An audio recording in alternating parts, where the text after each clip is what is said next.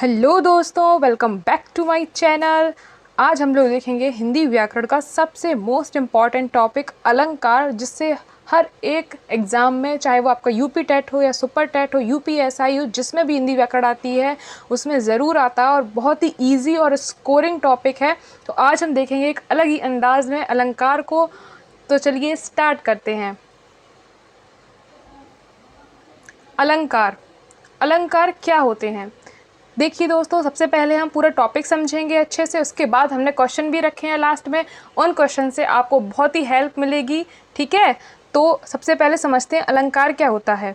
काव्य की शोभा बढ़ाने वाले तत्व को अलंकार कहते हैं। अलंकार का शाब्दिक अर्थ है आभूषण, यानी जिस तरह से आभूषण हमारे शरीर की शोभा बढ़ाते हैं, हमारे शरीर को सुंदर करते हैं, सेम उसी तरह से हिंदी को भी, हिंदी काव्य की भी शोभा बढ़ाते हैं अलंकार।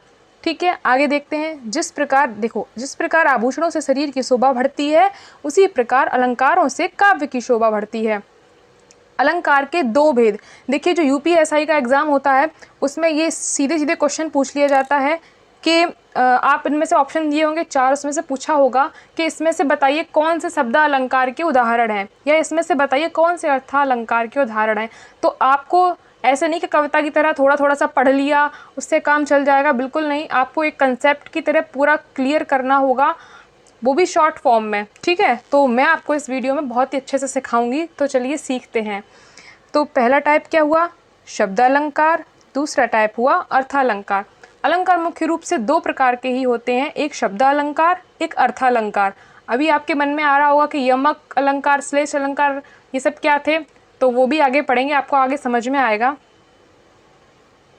शब्दालंकार, यहाँ देखिए, शब्दालंकार पहला वाला हमने लिया है। जब कुछ विशेष शब्दों के कारण वाक्य में चमत्कार उत्पन्न होता है तो वहाँ शब्दालंकार होता है। किसके कारण? कुछ विशेष शब्दों के कारण। जब शब्दों के कारण वाक्य में चमत्कार उत्पन्न होगा तो वहाँ कौन सा अलंकार होगा? शब्दालंकार होगा। अब शब्दालंकार के भी भेद हैं। क्या आपको ये याद करने हैं? बिल्कुल याद करने हैं, क्योंकि क्वेश्चन एग्जाम में सीधा सीधा आता है और आपको सिर्फ 2-3 चीज़ें पढ़ के आप सोच रहे हैं कि आप स्कोर कर लेंगे और उन बच्चों से कंपटीशन में आगे निकल जाएंगे जिन्होंने पूरा कॉन्सेप्ट पढ़ा है। तो ये आपकी बहुत बड़ी भूल है, ठीक है। तो इसे ध्यान से पढ़िए। शब्दालंकार के भेद कितने होते हैं? पहला है अनुप्रास अलंकार, ये दूसरा है यमक अलंकार, श्लेष अलंकार, वक्रोक्ति अलंकार, पुनरोक्ति अलंकार।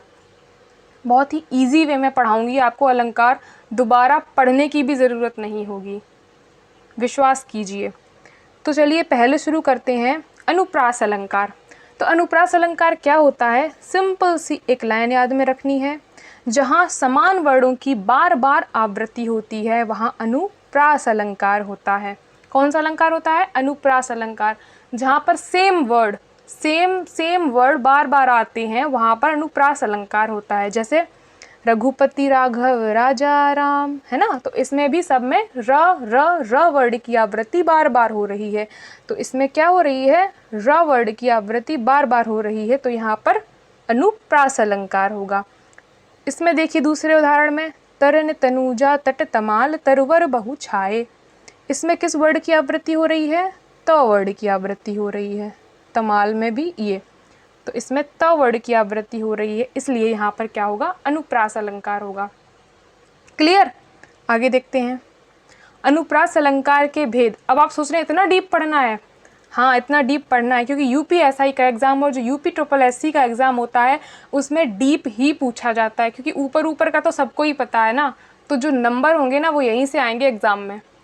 अनुप्रास अलंकार के भेद कौन से हैं?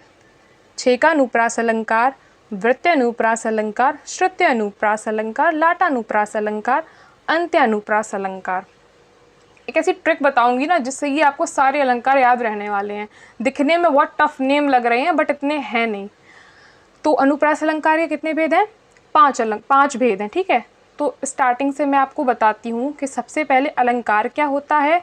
काव्य की शोभा बढ़ाने वाले तत्व अलंकार कहलाते हैं, ठीक है। अलंकार के 2 भेद होते हैं, पहला शब्दालंकार, दूसरा अर्थालंकार। फिर हमने देखा शब्दालंकार के भी कितने भेद होते हैं? 5 भेद होते हैं, ओके। अनुप्रास, यमक, श्लेष, वक्रोक्ति, पुनरोक्ति, ओके। अब हमने क्या देखा आगे कि अनुप्रास अलंकार, अनुप्रास अलंकार पढ़ा हमने, ओके। फिर अनुप्रास अलंकार के भेद पढ़े हमने, ठीक है। अब एक एक करके अनुप्रास अलंकार को देखते हैं।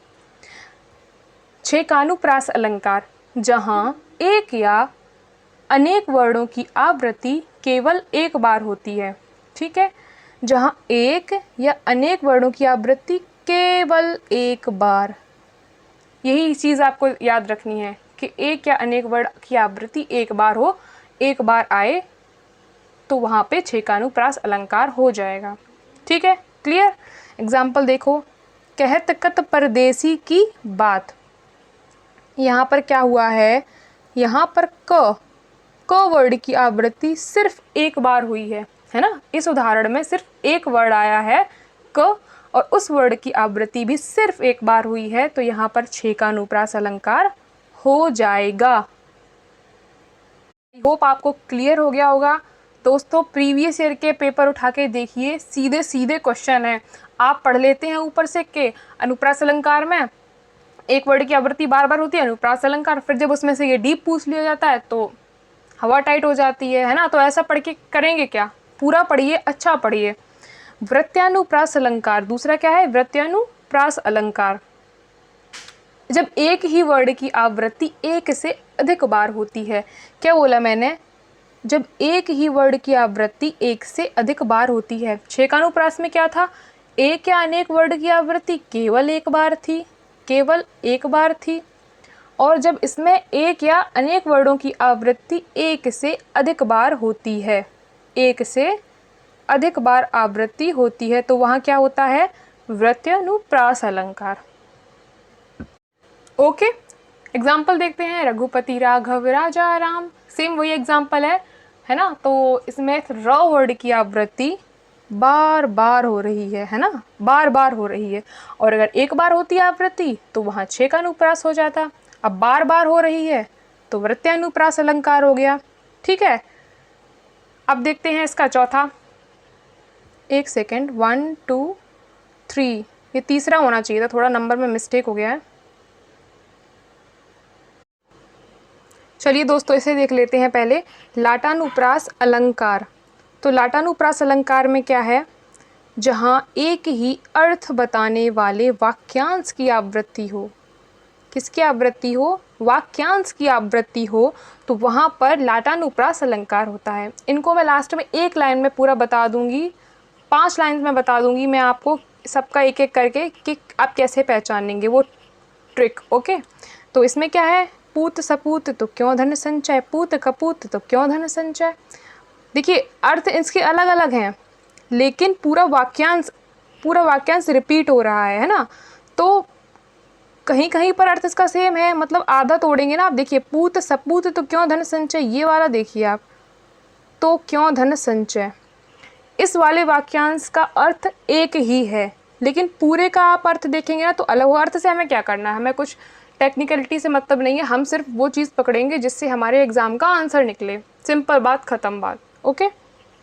अंत्यानुप्रास, इसके नाम से ही देखो, अंत्य अंत्य, तो क्या होगा, अंत में तुक मिलेगी, अंत में तुक मिलेगी। तुक कैसे मिलती है, कहत नटत रीझत खिजत, ये देखिए ये तुक मिल रही है ना, ये राइमिंग बोलते हैं इस इंग्लिश में, राइमिंग मिल रही है ना। मिलत खिलत लजियात, है ना, मिलत खिलत लजियात, तो ये लास्ट में देखो राइमिंग मिल रही है, तो इसी को बोलेंगे क्या, कि जिसमें लास्ट में तुक मिलती है वहाँ पर कौन सा अलंकार होता है, अंत्यानुप्रास अलंकार होता है। और एक और होता है, मैं आपको बता देती हूँ, इसमें छूट गया है, एक होता है जो आगे पढ़ा था आपने, देखिए यहाँ पर, श्रुत्यानुप्रास अलंकार। कौन सा अलंकार, श्रुत्यानुप्रास अलंकार।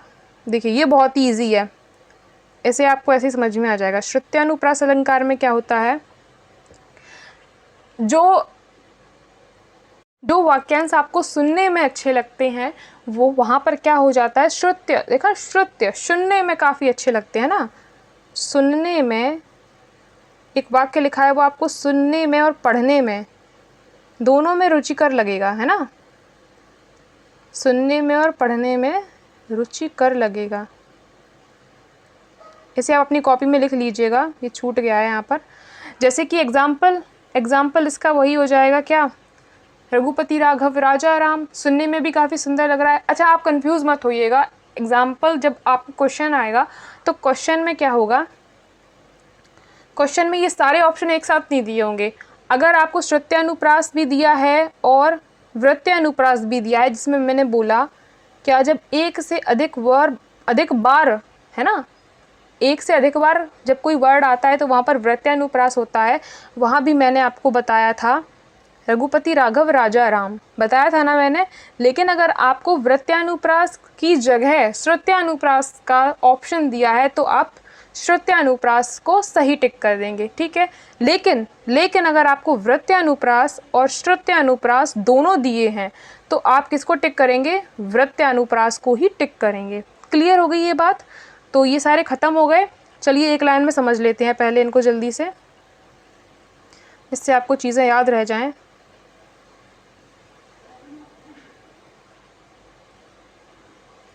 देखिए एक लाइन में समझाती हूँ। छेकानुप्रास अलंकार क्या होता है, जिसमें एक या अधिक वर्णों की आवृत्ति, एक या एक से अधिक वर्णों की आवृत्ति कितने बार होती है, सिर्फ एक बार होती है, ठीक है।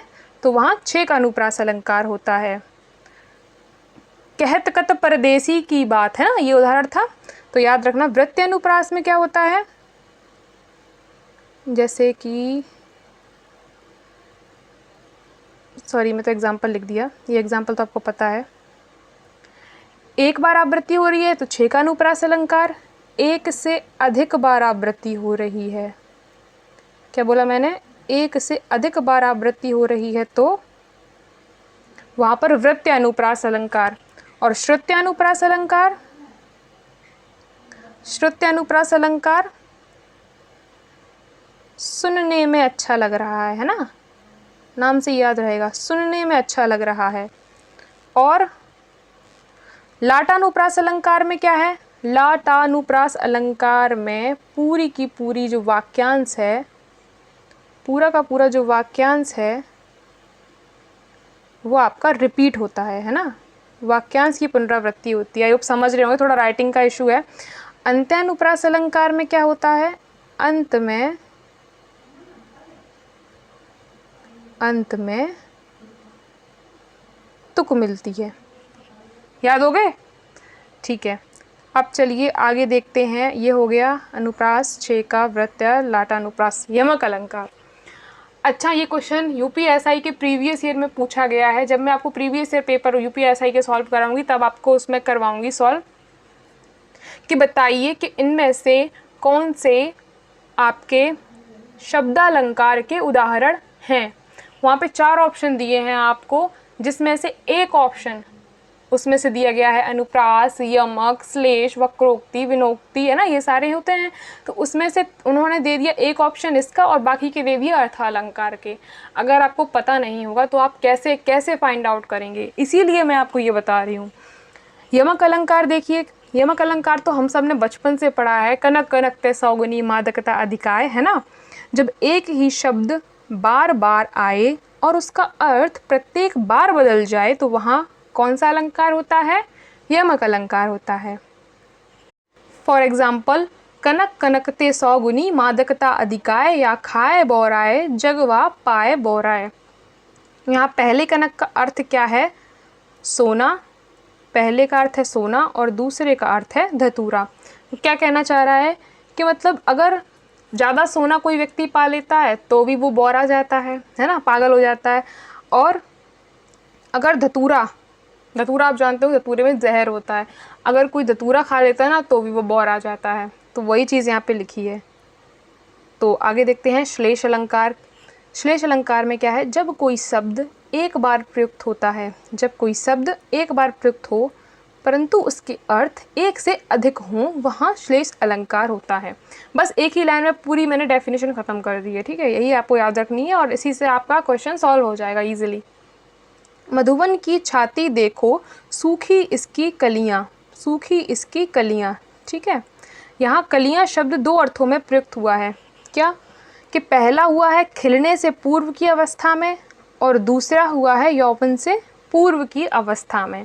ठीक है, तो इसका आपने एग्जाम्पल सुना होगा, रहीमन पानी राखिए बिन पानी सब सून, पानी गए न उबरे मोती मानुष चून। तो उसमें पानी जो है वो 3 अर्थों में प्रयुक्त होता है। शब्द तो एक ही है, एक ही शब्द प्रयुक्त होता है, बार बार प्रयुक्त हो रहा है, लेकिन उसके अर्थ जो है वो प्रत्येक बार बदल रहे हैं, है ना। तो आपने इस एग्जाम्पल को बचपन में सुना होगा, बट इसको इस एग्जाम्पल से समझते हैं। ठीक है, क्लियर हो गया होगा आई होप। आगे बढ़े, चलो एक बार रिवीजन कर लेते हैं पहले, जल्दी से पता चले सब साफ होता जा रहा है। अलंकार, ठीक है, अलंकार क्या होते हैं? काव्य की शोभा बढ़ाने वाले तत्व होते हैं। अलंकार के भेद, शब्दालंकार, अर्थालंकार। शब्दालंकार में आते हैं अनुप्रास, यमक, श्लेष और वक्रोक्ति और पुनरोक्ति। अच्छा, ये जो पुनरोक्ति वाला है ना, ये पुनरोक्ति वाला आपके जो आदित्य पब्लिकेशन की बुक है, शायद वहाँ पर इसकी जगह पर वीपसा करके लिखा हुआ है ना, वीपसा अलंकार लिखा हुआ है। तो उसमें डेफिनेशन सेम ही है दोनों की। तो आगे देखते हैं क्या था, ये मैंने बता ही दिया आपको। अनुप्रास, एक शब्द एक वर्ड की आवृत्ति बार बार होती है तो अनुप्रास। रघुपति राघव राजा राम। अनुप्रास अलंकार के भेद, 6 का अनुप्रास, वृत्यानुप्रास, श्रुत्यानुप्रास, लाटानुप्रास, अंत्यानुप्रास। जब एक बार, एक या एक से अधिक बार कोई वर्ड एक बार प्रयुक्त होता है, एक बार आवृत्ति होती है एक या एक से अधिक वर्ड की, तो वहाँ पर 6 का अनुप्रास अलंकार होता है। अनुप्रास अलंकार में जब कोई वर्ड की आवृत्ति बार बार होती है, और श्रुत्यानुप्रास में जब सुनने में जो चीज़ें अच्छी लगती हैं, जो लाइन्स अच्छी लगती हैं, वहाँ पर श्रुत्यानुप्रास अलंकार होता है। जैसे तर नित्यनुजा तट तमाल तरुवर बहुछाए। अनुप्रास अलंकार में वाक्यांश का रिपीटिशन हो जाता है। पूत कपूत तो क्यों धन संचय, पूत सपूत तो क्यों धन संचय। अगर बच्चा जो है अनुप्रास अलंकार में अंत में मिलता है तो क्लियर हो गया। 6 का अनुप्रास में ये मैंने बता ही दिया है आपको, इसमें अब दोबारा रिपीट क्या करना। यमक अलंकार में जब एक ही शब्द बार बार आए, उसका अर्थ प्रत्येक बार बदल जाए, तो वहाँ यमक अलंकार होता है। श्लेष अलंकार में जब कोई शब्द एक बार प्रयुक्त हुआ हो परंतु उसके अर्थ एक से अधिक हों, वहाँ श्लेष अलंकार होता है। ठीक है।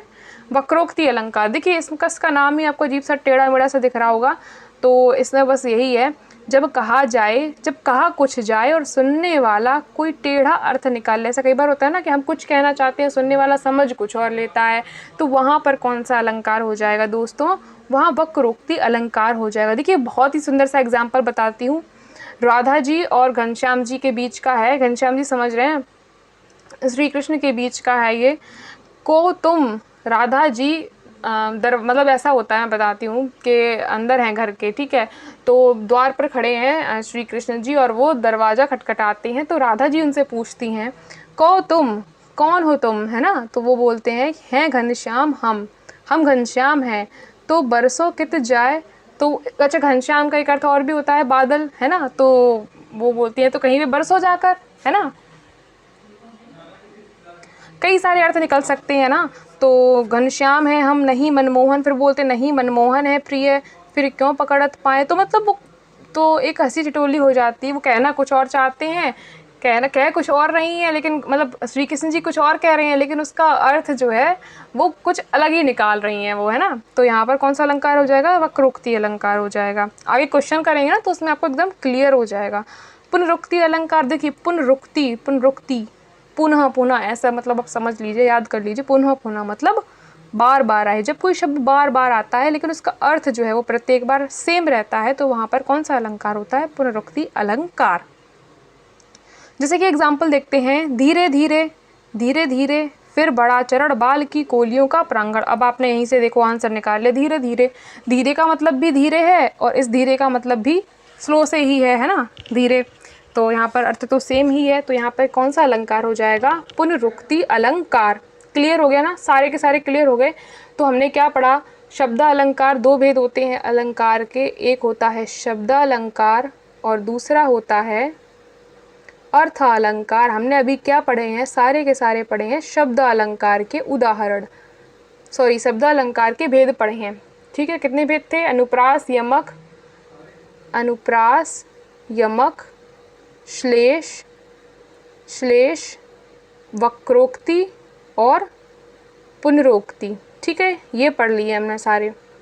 और इसमें भी अनुप्रास के हो गए थे कौन से? छेका अनुप्रास, वृत्य अनुप्रास, श्रुत्य अनुप्रास, है ना, श्रुत्य अनुप्रास, और कौन सा था बताओ? लाटानुप्रास, और एक कौन सा था? अंत्य अनुप्रास। ये सारे के सारे हमने पढ़ लिए। अब देखते हैं क्या, अब देखते हैं हम most important previous year questions. Okay, तो इतना ही था इसमें। चलिए क्वेश्चन सॉल्व करते हैं जल्दी जल्दी, क्योंकि देखिए आपने ये सब चीज़ें पढ़ी हैं, बट आपने वही कनक कनकते सौगुनी यमक अलंकार पढ़ा है क्या? आपने कभी दूसरा इसका कोई दूसरा देखा है जिसमें आपको यमक अलंकार मिले? जब तक आप वो सॉल्व नहीं करेंगे, इसे पढ़ने से क्या कनक कनकते सौगुनी ही पेपर में आएगा? बिल्कुल नहीं। हर बार ऐसा थोड़ी ना होगा कि कनक कनकते सौगुनी ही दे दिया या आपको रहीमन पानी राखी वाला ही पूछ लिया, ऐसा नहीं होता है, चेंज करके आता है, तो उस हिसाब से पढ़िए। चलिए देखते हैं पहला क्वेश्चन। कंकन किंकिनी नुपुर धुनी सुनी कहत लखन सन राम हृदय गुनी। अब इसमें आप सोचिए कि इसमें कौन सा होगा? कंकन, कंकन, किंकिन, है ना, सन, है ना, देखो धुनी, सुनी, गुनी, कंकन, किंकिन, क्या क्या समझ में आ रहा है इसमें? वर्णों की आवृत्ति बार बार हो रही है ना। तो यहाँ पर दोस्तों कौन सा अलंकार हो जाएगा? मैंने पढ़ाया है ना आपको, अनुप्रास अलंकार। ओके, एग्जाम्पल क्या है? एक देखिए इसका एग्जाम्पल है, आपको मैंने बताया भी था। रहीमन पानी राखिए बिन पानी सब सून। तो यहाँ पर कौन सा अलंकार हो जाएगा? श्लेष अलंकार। क्यों हो जाएगा? मैंने आपको बताया है। देखिए दोस्तों, ये रहीमदास जी का एक बहुत ही प्यारा सा दोहा है। इसमें वो कहते हैं कि रहीमन पानी राखिए बिन पानी सब सून, मतलब पानी को हमें संजो कर रखना चाहिए, बिन पानी के सब सूना हो जाता है। पानी गए न ऊब रे मोती मानुस और चून, मतलब पानी के बिना मोती भी नहीं, पानी में ही तो मोती मिलता है आपको सागर में, और मनुष्य का भी काम नहीं चलेगा। और क्या होगा? चून, यानी कि जो आटा है उसका भी कोई मतलब नहीं निकल जाएगा, क्योंकि आटा आप जब लगाते हैं ना तो उसमें क्या पानी डालना पड़ता है। तो पानी के ही संदर्भ में ये सारी बातें कही गई हैं, यानी कि एक शब्द के ही कितने अर्थ निकल रहे हैं? कई सारे अर्थ निकल रहे हैं, कई सारे इसमें वाक्यों में प्रयोग किया गया है इसका प्रयोग। ठीक है, तो यहाँ पे क्या हो जाएगा? श्लेष अलंकार हो जाएगा, ज़्यादा सोचने की ज़रूरत नहीं है। ये देखिए, काली घटा का घमंड घटा, काली घटा का घमंड घटा। समझ में आ गया ना मैं क्या बोल रही हूँ? एक तो काली घटा, ये घटा कौन सी होती है? बोलते हैं घटा सावन की घटा, ये वाली घटा, है ना, बोलते हैं बहुत घटाएं हैं, बहुत ज़्यादा काली घटाएं हैं, है ना। तो काले काले क्या है? ये बादल है, ये घटाएं बोल रहे हैं। इसका घमंड घटा, घटा मतलब कम हो गया, है ना। तो एक तो ये घटा और एक ये घटा, काफ़ी इंटरेस्टिंग लग रहा होगा ना। तो काली घटा का घमंड घटा। अब तो बता दो यारो कौन सा अलंकार होगा? यमक अलंकार। क्लियर? बिल्कुल क्लियर। चलिए ये वाला देखिए, ये बहुत प्यारा है। अमीय मूरी मय चूरन चारू समन सकल भव रुज परिवारू। कुछ समझ में आया? फिर से पढ़िए। अमीय मूरी मय चूरन चारू परिवारू समन सकल। देखिए यहाँ पे कुछ वर्णों की आवृत्ति बार बार हो रही है, दिख रहा है ना आपको, प्रारंभ में और अंत में। तो यहाँ पर क्या हो जाएगा बताइए? अनुप्रास अलंकार तो होगा, पर क्या यहाँ पर अनुप्रास अलंकार कहीं ऑप्शन में दिया गया है? बिल्कुल नहीं दिया गया। अब दिमाग लगाइए, यहाँ पे क्या दिया गया है? छे का अनुप्रास, लाट अनुप्रास। तो इसमें ये वर्णों की आवृत्ति, या वर्ड की आवृत्ति एक बार हुई है, रू की आवृत्ति भी एक बार हुई है, सा की आवृत्ति भी एक बार हुई है। आप ये मत कहना कि ये एक बार दो बार हो गया, नहीं। सा वर्ड एक बार तो आया है, लेकिन इसकी आवृत्ति कितने बार, दोहराव कितने बार हुआ है? सिर्फ एक बार और हुआ है। और हमने स्टार्टिंग में ही पढ़ा था कि यहाँ पर किसी वर्ड की आवृत्ति एक बार होती है तो वहाँ पर होता है छे का अनुप्रास अलंकार। आई होप आपको ये क्लियर हो गया होगा। चलिए आगे देखते हैं नेक्स्ट क्वेश्चन। ये बहुत ही प्यारा है। जे 3 बेर खाती थी वे 3 बेर खाती हैं। ठीक है, जे 3 बेर खाती थी, मतलब क्या है? 3 बेर, 3 बेर, इसका मतलब समझिए 3 बेर आप बोलते हैं ना कि आज मैंने 3 बेर वो काम किया है ना, मतलब ये ऐसे बोला जाता है। तो 3 बेर मतलब क्या है, इसका मतलब क्या है बताइए। मतलब 3 बार, है ना। इस 3 बेर का मतलब, एक बार 3 बेर का अर्थ है 3 बार का मतलब क्या होता है, 3 बेर के दाने। इन दोनों का अर्थ अलग है ना, लेकिन ये एक ही बार प्रयुक्त हुए हैं, तो यहाँ पर भी क्या होगा, यमक अलंकार होगा। अब समझ में आया कि कनक कनकते सौगनी के अतिरिक्त भी और भी चीज़ें होती हैं, है ना। तो अब देखो नेक्स्ट देखते हैं। कैसो सीधो बात में बर्तन टेढ़ो भाव, वक्रोक्ति तासों कहे सभी सही सबे कवि राय। तो यहाँ पे तो आपको सीधा ही ये स्मार्ट तरीके से इसका आंसर निकाल लेना है, वक्रोक्ति अलंकार, है ना। अच्छा लगा ना। तो दोस्तों आपको ये आज का वीडियो कैसा लगा, अलंकार पढ़ के आपको मज़ा आया या नहीं, कमेंट में बताइए। और अगर आपको ये पसंद आया है वीडियो तो इसको लाइक कीजिए, अपने दोस्तों के साथ शेयर भी कीजिए। और अगर आप चैनल पर नए हैं तो इस घंटी को दबा लीजिए और मेरे चैनल को सब्सक्राइब कीजिए। अपना ध्यान रखिए और अपनी फैमिली का भी ध्यान रखिए। चलिए bye bye and take care, मिलते हैं नेक्स्ट वीडियो में।